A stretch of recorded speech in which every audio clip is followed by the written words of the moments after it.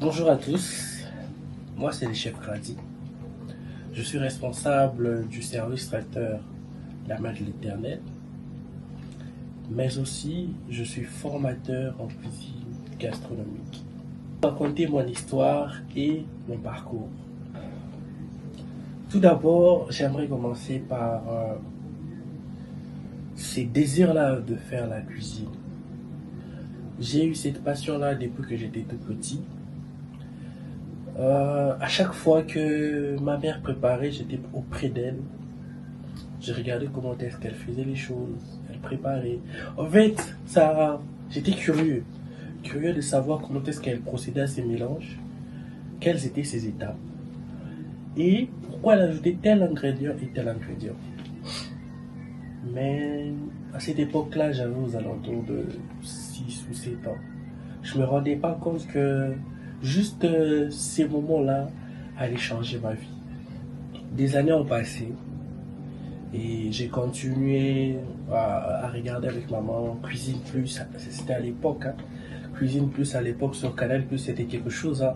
On suivait ça avec attention et on était là à regarder, à noter des recettes. Des fois, on testait si on avait effectivement le moyen de le faire. On le testait, on était en pleine joie. Ça nous faisait du bien de pouvoir tester des choses que nous avons écrites. Là, à cette époque-là, on était encore à Matadi. Mais les années ont passé et j'ai un peu perdu le fil de la cuisine. Je m'intéressais plus trop, j'étais plus dans mes études secondaires. Et effectivement, moi j'ai fait la biochimie, donc il fallait beaucoup de concentration pour pouvoir comprendre les cours, les assimiler et ensuite préparer les examens, tout ça. Je ne pouvais plus m'intéresser fortement à la cuisine comme c'était à l'école primaire, quand je travaillais avec ma mère et tout. Arrivé en sixième, je finis mon cycle secondaire ou humanitaire. Je me suis assis et je me suis dit, qu'est-ce que je veux faire? Parce que moi, de base, je n'aimais pas l'université au Congo. Je voyais tellement de choses, des aînés qui ont été à l'université, qui ont fait leur graduat, leur licence, les répercussions, tout ce qu'ils disaient, j'entendais et je me disais non, c'était pas un environnement que je souhaitais pour mon apprentissage personnel, mon cursus aussi académique. C'est pour cela, arrivant au sixième, j'avais un peu l'embarras des choix. Je savais que je ne pouvais pas aller directement à l'université parce que c'était pas celle qui devait me former.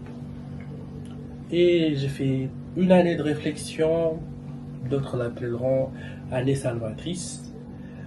Et ensuite, il y a des gens, non, tu dois aller à la fac, tout ça, ce n'est pas bien. Ou si tu veux pas aller à la fac, cherche au moins quelque chose à faire. C'est pour cela que j'ai dit à certains petits frères que même si tu finis la fac, tu n'es pas tellement obligé d'aller à la fac. Pardon, même si tu finis les écoles secondaires, tu n'es pas toujours obligé d'aller à la fac directement. Tu regardes tes compétences à toi. Qu'est-ce qui te correspond d'abord? Est-ce que c'est la fac ou soit c'est par exemple des métiers? Ça a été mon cas. Moi, en finissant la fac, en finissant les écoles secondaires, j'ai regardé qu'est-ce qu'il fallait que je puisse faire d'abord pour moi, pour ce que j'aime, pas pour ce que les gens diront que, je sais pas, je te vois médecin, je te vois pilote. Non, c'est d'abord pour moi. Et il y a quelqu'un, une tante, qui m'a posé la question, qu'est-ce que tu veux faire? Ce que tu dois faire, ce que tu veux faire, je veux payer. Je me suis dit non, je veux m'intéresser à un domaine. Je me disais la cuisine, parce que c'est quelque chose que j'aimais, je suis aussi un bon moment. Mais par là, j'ai vu une photo, c'était comme une illumination. Sur mon statut, je parcours, je vois une photo, je vois une des amies qui était là en cuisine, bien ordonnée, en train de faire des petits plats, des vidéos. Oh, je me suis dit, il y a ça à Kin. non, c'est quelque chose d'intéressant, je vais m'intéresser. C'est alors que je retrouve le centre où je serai formé. J'ai demandé à cet ami-là, donne-moi toutes les informations pour que je puisse commencer pour aller directement. J'ai eu toutes les informations, je les réunis.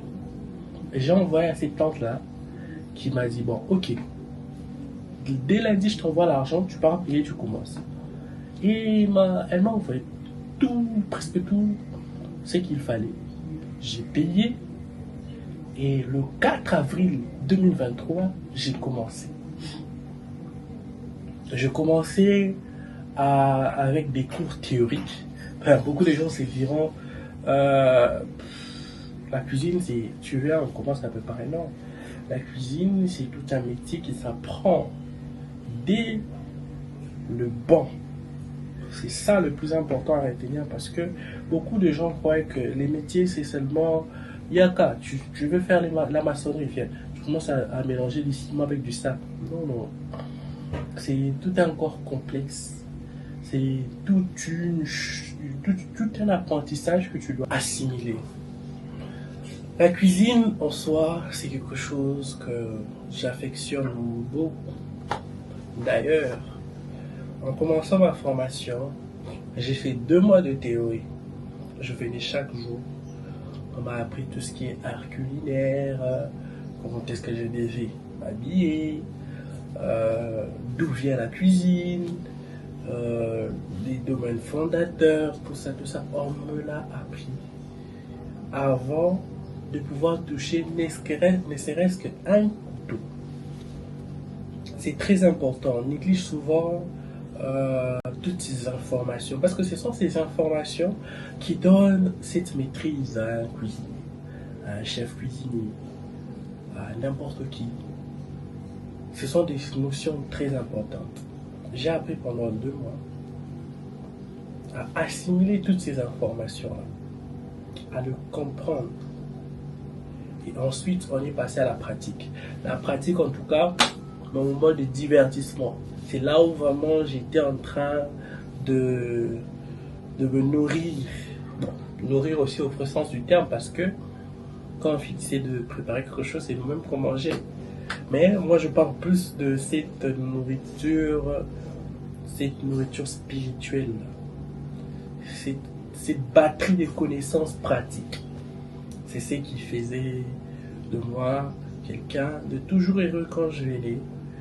On faisait une pratique, on présente au chef. Il valide si c'est correctement fait selon ce que lui il a dit. Selon ce qu'il avait demandé, bien sûr. Et on a fait 2 mois de pratique. À la suite, on avait fini notre formation.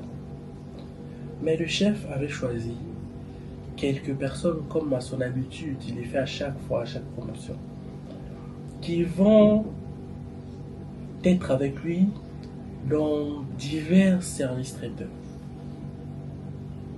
Et parmi cette équipe-là, moi j'étais dedans. J'ai fait beaucoup de choses. Je suis allé beaucoup d'endroits, les premières grandes personnalités que j'ai vues, c'était auprès de mon chef. C'était en tout cas les tout débuts. J'étais engagé dans aucun restaurant, je n'avais pas encore eu une année d'expérience, j'étais juste comme ça, comme tout le monde. On a eu à faire beaucoup de choses. Par exemple, je vais vous citer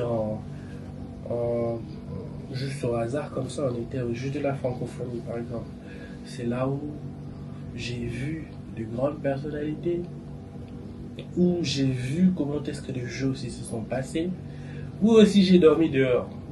Parce que c'était ça aussi notre travail, on devait tout préparer, tout devait être à la minute près. On devait être synchronisé. Donc, ne négligez pas ce domaine avant que je puisse continuer dans mon histoire. Ne négligez pas la restauration. C'est un domaine où vous allez voir beaucoup de gens que peut-être si vous étiez dans un bureau, que vous n'allez sûrement peut-être pas voir.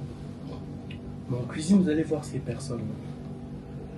Mais je vous raconte ça, il y a tellement de belles choses, sans pour autant vous parler de mes difficultés.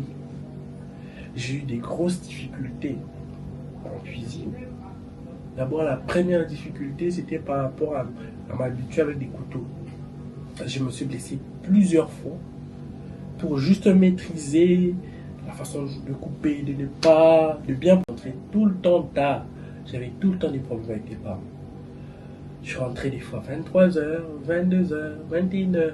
C'était ça mon quotidien. Et j'avais cette foi-là, j'avais cette conviction-là que malgré ces difficultés, une fois que je vais les surmonter, j'irai très loin. Je vais voir des très grandes choses. C'est ça qui a fait cette détermination que j'avais, ce courage que j'avais. Je vais vous raconter une petite histoire. Je revenais de la formation vers 21h.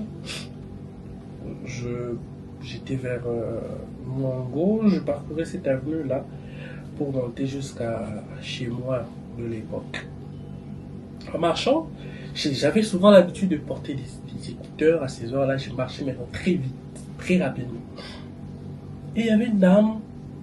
Moi, je marchais, j'étais arrivé juste à côté d'un virage là. Mais il y a une dame. Elle avait remarqué un véhicule. Ces véhicules étaient en train de nous filer, donc de rouler à très basse vitesse. Et moi, je ne savais rien du tout. C'est la dame qui donne l'alerte. Et attention, les kidnappeurs.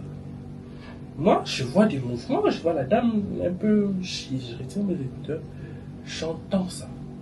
Je me dis, waouh! Ce jour-là, j'ai failli risquer d'être enlevé. C'est ce jour-là. Et je m'en souviendrai toujours. Parce que quand je suis rentré, j'étais rentré terrorisé, j'étais rentré effrayé. Je n'arrivais même plus à sortir dehors. J'ai fait une semaine, je ne sortais plus. Donc ce sont des choses que beaucoup négligent. Mais ce sont des risques que nous prenons aussi de fois. À tous les cuisiniers qui vont peut-être suivre cette vidéo, en tout cas moi, je vous tire mon chapeau.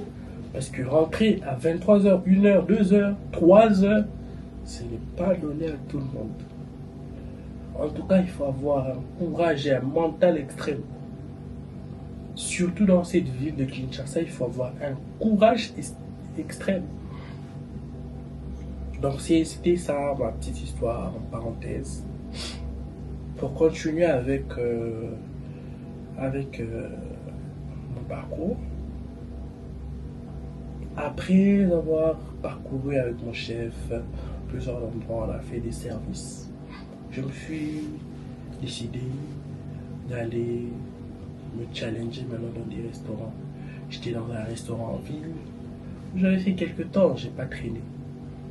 C'était plus par rapport à mon stage professionnel. J'étais là, j'ai appris comment une cuisine fonctionnait. J'étais en fait dans cette simulation d'une cuisine. C'était un restaurant qui prenait la cuisine congolaise, bien évidemment. Mais j'ai vu toute cette organisation-là, comme avant enseigné, que j'ai vu chez mon chef. Je l'ai vu qu'en temps réel, les commandes qui fusent par là, il faut courir, les propriétaires qui viennent, mais qu'est-ce que vous faites? Tout ça. C'était une pression extrême. Je viens à 7h, je finis à 19h, 20h. J'étais obligé aussi de rentrer vers 21h. Parce qu'il fallait attendre ceux qui devaient venir pour la nuit. Donc j'étais en immersion totale. Et j'ai fait quelques temps. Bien, en tout cas c'était bien. J'ai bien découvert les choses telles qu'il fallait.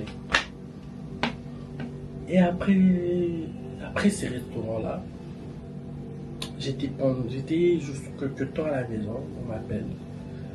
Et c'est un des mes oncles qui m'appelle, qui me dit non. Moi, on m'a dit que tu fais la cuisine. Et moi, j'ai un projet par rapport à ça. Je me suis dit, moi, Ok, je viens. Moi, je serai là peut-être en tant que aide cuisinier ou cuisinier. J'arrive et je vois, il y avait aussi un chef. Ces chefs-là, bah, comme la plupart des chefs, ils te prennent de haut, tout ça, ils commencent à te poser des questions, tout ça pour juste t'intimider, quoi. Moi, j'étais là, je me laissais pas intimider. C'est que je savais pas faire, je dis non, je sais pas faire. C'est que je sais faire, je dis oui, je sais faire. Et c'est par là qu'on a eu un petit entretien, tout ça, tout ça. Et c'était à lui qui a été demandé de composer ce qui sera notre cuisine. Il est allé, il a composé, il a demandé ce qu'il fallait. Mais c'était un voleur.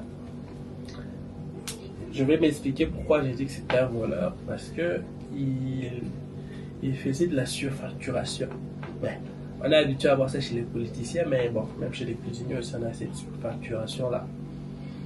Si par exemple quelque chose coûte 10 000, lui dit, ça coûte 30 000. Plus une très mauvaise surfacturation. Et on a décidé de le piéger. On l'a très bien piégé. On lui a donné tout l'argent qu'il avait demandé. Et à côté, on a envoyé une serveuse. On a fait croire que c'était une serveuse, mais tandis que c'était un proche du patron. Et c'est par là que lui aussi étant moins informé que ça, il est venu, il a essayé de corrompre la serveuse. La serveuse a dit non, moi, je ne me laisserai pas corrompre par ça. En rentrant, il voit une très belle surprise. La serveuse, c'était une proche du patron. Ben, on le vire et il ne reste plus que moi. J'étais là. Hein? Moi, pourquoi moi? Qu'est-ce que j'ai fait? Moi, je suis juste un débutant qui se lance pour la première fois dans un projet. C'est pas que non, j'étais un chef couronné, médaillé, gagné top chef. Non, j'étais juste quelqu'un qui était venu juste pour travailler en tant qu'aide cuisinier ou aide cuisinier. Et du jour au lendemain, on me nomme chef de ces restaurants-là. Il m'a dit non, moi en tout cas, c'est pas mon problème. Toi, fais-moi un projet par rapport à ça et tu commences. Ben, je n'avais aucun choix. Je me suis dit, on va commencer. J'ai commencé à aménager la cuisine. J'ai prévu tout ce que j'aurais besoin. En tout cas, j'ai structuré ça de la manière dont je voyais chez mon chef. Donc, tout, j'ai acheté même les papiers serviettes, même les savons liquides et l'éponge que je vais nettoyer, que le plongeur va nettoyer les assiettes avec. Ce que vous pouvez vous imaginer. J'avais toujours mon bidon de 25 litres. Donc, j'étais organisé. Mes papiers, dans l'argent que j'avais demandé, il y avait tout, rien n'est manqué. Et c'est par là que j'ai commencé. J'ai commencé à travailler. Au début, c'était dur parce que j'étais seul. J'étais, on peut dire, un amateur dans ces domaines. Mais on te confie à un restaurant. C'était très dur. J'avais à côté de moi quelqu'un pour m'aider. Et il ne savait aussi rien. J'ai dû le former, l'apprendre, tout ça, tout ça. Et c'est par là que il y a eu beaucoup de critiques aussi. Hein. Je ne veux pas mentir.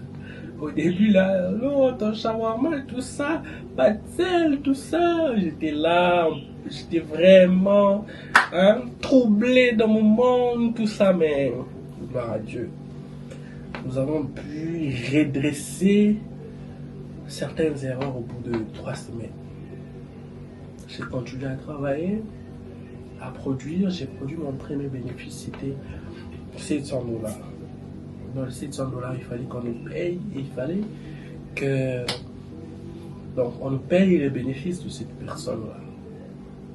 Et je me rappelle, je touchais 150 $. 150 $, la personne qui était avec moi touchait 100 $. Et c'est comme ça qu'on a évolué, tout ça, chaque jour c'était très dur. C'est là que je rentrais maintenant chaque jour à 23 h. Et dans cette période où on parlait des Isaac Kabakaba, tout ça, des enlèvements, kidnapping, tout ça, on parlait de ça. Mais moi je rentrais 23 ans dès là-bas. Vous pouvez vous imaginer, mais grâce à Dieu, Dieu nous a protégés. Dieu était avec nous. Et nous avons travaillé de la plus belle des façons aussi. J'étais un amateur, mais j'ai su gérer un restaurant pendant un certain moment, un certain temps. Et c'est par là que ça m'a outillé, ça m'a donné toutes les informations dont j'avais besoin pour pouvoir avancer. Parce que avant, je voyais juste, bon, moi on me dit fais ça, fais ça, fais ça, et je le fais. Alors là, c'est toi-même qui dois te dire, je dois faire ça, je dois faire ça, je dois régler ça, je dois m'approvisionner, je dois faire les comptes, je dois dresser mon tableau sur un cahier, ce que je vendu, ce qui est sorti. Donc, toutes ces choses-là, c'était sur ma tête. Et chaque 23 heures, quand j'arrive à la maison, je mange, je me lave, je rentre dans la chambre, je fais des comptes, je fais tout ça, je vérifie si j'ai pas eu des pertes. Donc, c'est tout ça qui est retombé dans ma tête. Vous vous imaginez cette pression que j'avais. Mais j'ai su gérer, j'ai su maîtriser. Il y a un moment donné où je suis resté seul. Donc, j'ai dû vendre, j'ai dû faire beaucoup de choses. Mais j'ai su me canaliser, garder la pression. En tout cas, il y avait un autre ticket. Il y avait un autre restaurant à côté de chez nous là. En tout cas, il y avait les tacos que je faisais merveilleusement bien. Il s'est dit non, on rajoute les tacos parce qu'il perdait de la clientèle. Toute sa clientèle venait chez nous parce qu'on avait un plus grand espace et on proposait des services qu'il n'avait pas. J'ai été chef pendant un certain temps là-bas. En tout cas, je me suis vraiment amusé parce que c'était vraiment une période de formation personnelle. Vous imaginez un amateur, qu'on lui confie un restaurant, on s'attend déjà qu'après 2 mois, le restaurant tombe. Mais j'ai continué, j'ai persévéré. Et la très bonne nouvelle pour moi est que on n'a pas connu des faillites à mon époque. Il n'y a pas eu de faillites et j'ai laissé une continuité. Et c'est par là que j'ai décidé de partir parce qu'il était temps pour moi d'aller et de commencer mes études secondaires et mes études académiques. Et bon, c'était avec la boule au cœur, la boule au ventre que je suis allé. J'ai commencé à... j'ai fait des démarches, je me suis inscrit à la fac.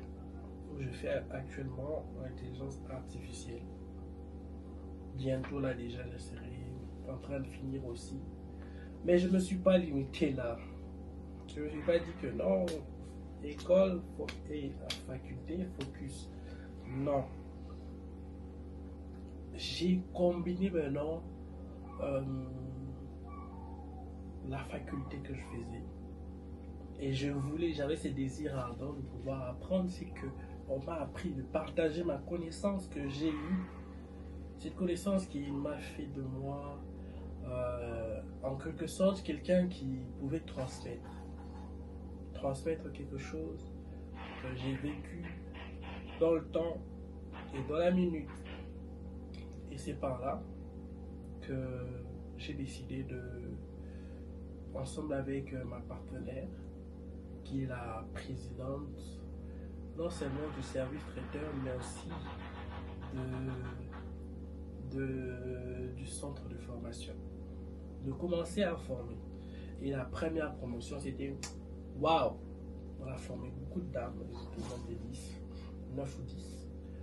Et c'était formidable. On a fait des jurés, elles se sont bien défendues. Donc, en tout cas, je n'ai strictement rien à dire par rapport à cela. Et j'ai trouvé le service, les services traiteurs de la main de l'Éternel, dans un cadre familial. C'était plus un service traiteur où on était plus dans le cadre familial, on cuisinait merveilleusement bien.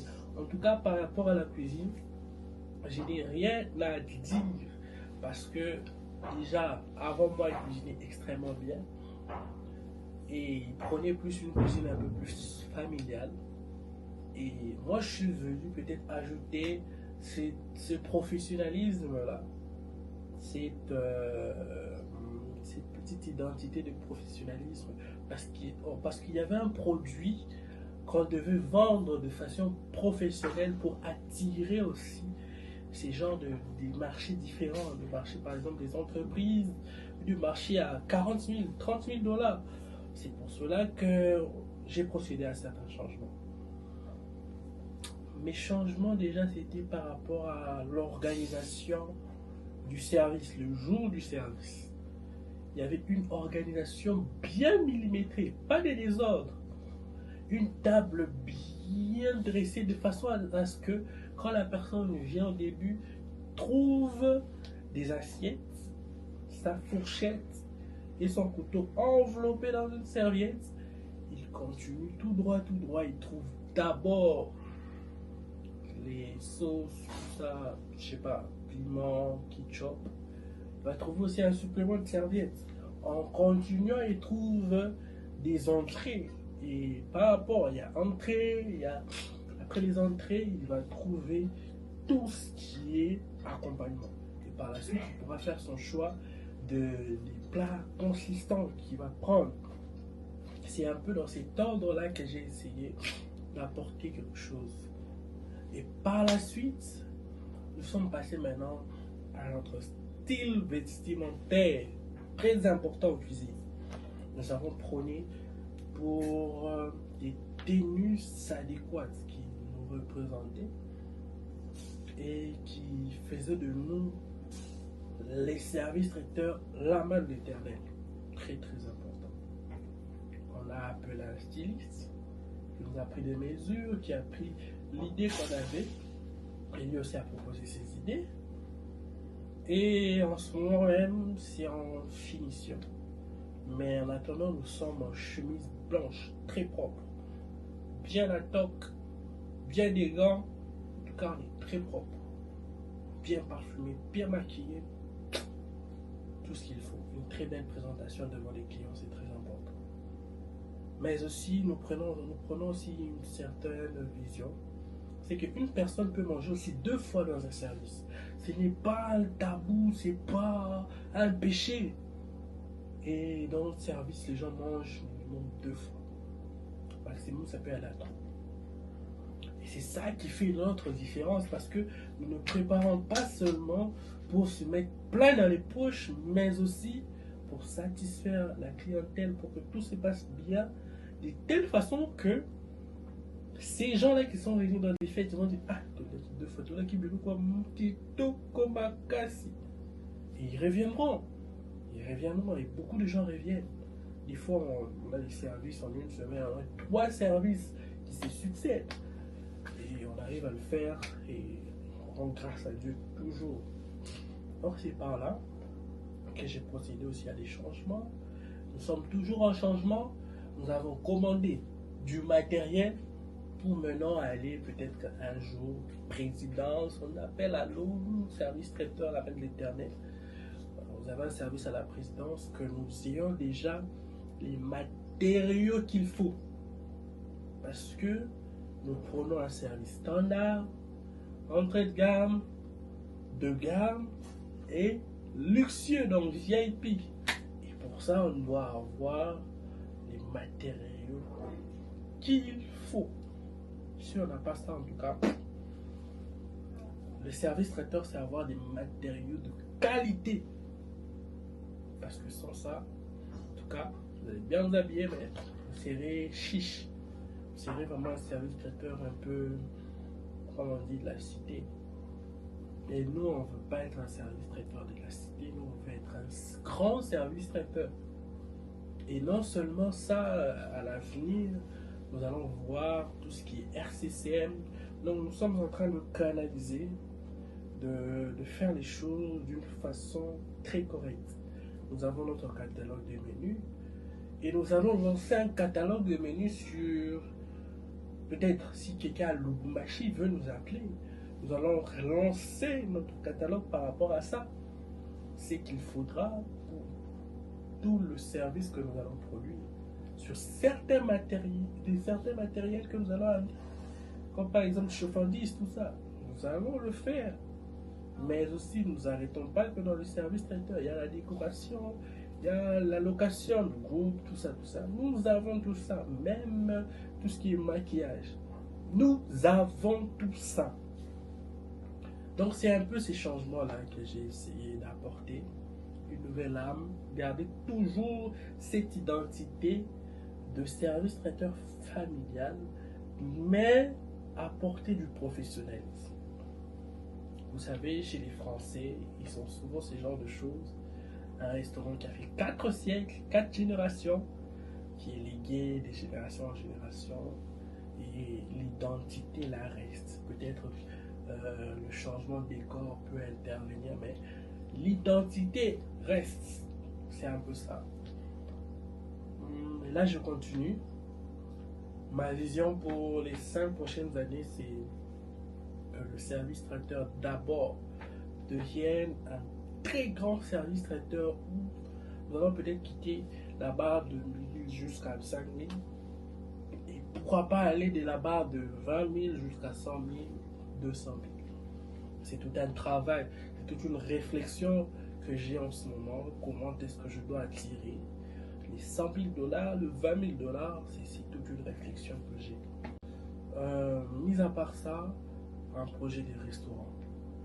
En tout cas, ce projet de restaurant, je le dis dans cette vidéo, mais dans 5 ans, vous allez le voir. Ça sera extraordinaire. Premier restaurant à Kin qui aura la culture congolaise. En tout cas, ça sera dans tout. Les décors, l'animation, les plats.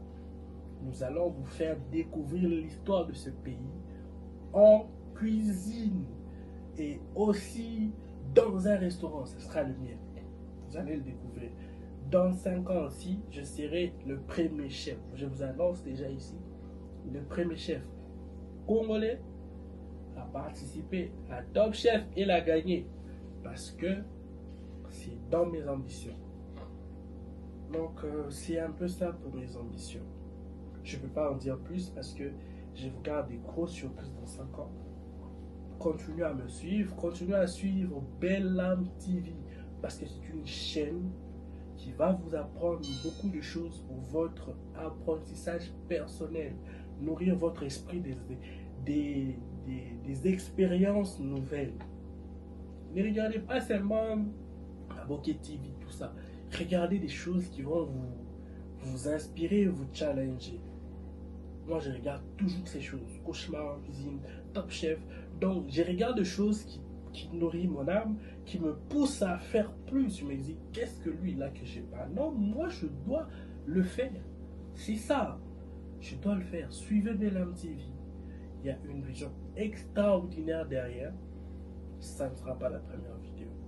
Là, en tout cas, je vous promets, je dirai aussi à Monsieur Baroque que on a besoin des histoires qui choquent et qui donnent maintenant cet électrochoc pour pouvoir ressortir cette détermination que les gens ont perdue.